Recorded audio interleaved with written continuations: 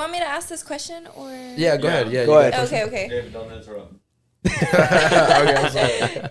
It says, if your homeboy wanted to date your wife, if you die, would you still consider him a friend? Shit, that's a hard question. Wait. So you're dead. You're dead, like deceased, like dead.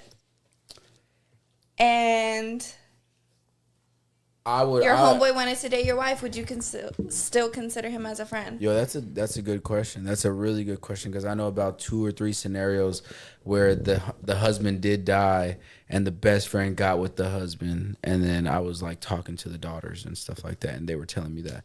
That's a hard question. You go first. Okay. Can you repeat the question one more time? Yes, I can. It says, if your homeboy wanted to date your wife, if you die, would you still consider him a friend? But I'm fucking dead. How am I I'm considering dead. Yeah, anybody? I'm about to say I'm dead. Hold on. Okay. Okay, I get it. Okay, say everyone thinks I'm dead, and then I come back. Thinks I'm dead. Thinks I'm fucking dead, right? Rise I disappear from for the a few dead, months, maybe a year or whatever, right? And then I come back, and then I find this out. No, 100%. I'd be like, yo, like that's to me. Anytime that one of my boys, right, and I mentioned this in the last video, but anytime my boys, again, are part of a tribe or a circle, that's what it is. You're in my circle for a reason, you know. And any girl that I see that any of my boys are dating, they're completely off limits for me. Doesn't matter if you died, doesn't matter if like you went away and then you guys broke up and you know what I'm saying, you don't want to talk to this girl ever again.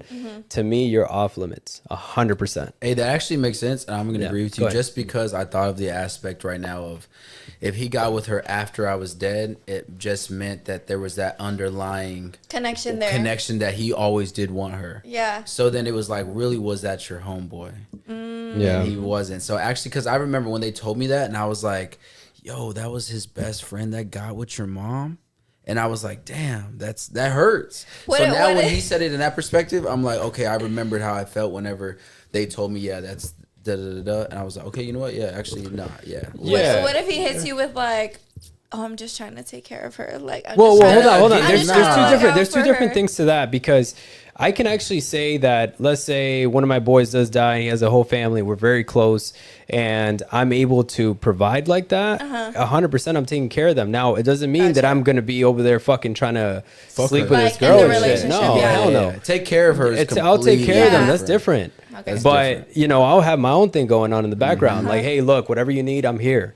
That type of deal. Because we built a bond between me and your I don't even know what you call him. What do you call him? Ex-husband. I guess. So yeah, 100%. I would take care of them in that aspect, but I would not. Personally, me, I wouldn't do all that. Yeah, that makes sense. Okay.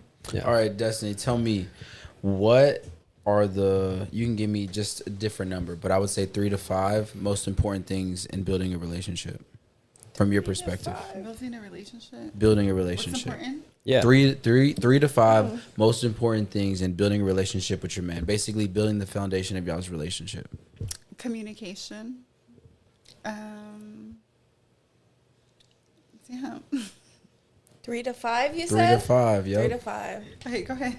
Tag me in. No, I would say communication is 1 because I feel like a lot of guys lack that communication.